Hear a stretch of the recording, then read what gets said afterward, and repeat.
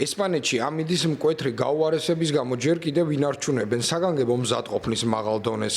ძლიერი წვიმის გამო ადგილობრივმა მთავრობამ რამდენიმე რეგიონში განგაშის წითელი დონე გამოაცხადა. ვალენსიის რეგიონის უმეტეს ნაწილში კი განგაშის ნარინჯისფერი დონე ჯერ ისევ მოქმედებს. გასულ უქმეებზე ესპანეთის სამოქალაქო გვარდიამ გარკვეული ტერიტორიებიდან მოქალაქეები გაიყვანა. ევაკუაცია 100-მდე პირს შეეხო. დაახლოებით 1 წლის წინ ვალენსიის რეგიონში დამანგრევალ წყალდიდობას 230-ზე მეტი მოქალაქე ემსხვერპლა.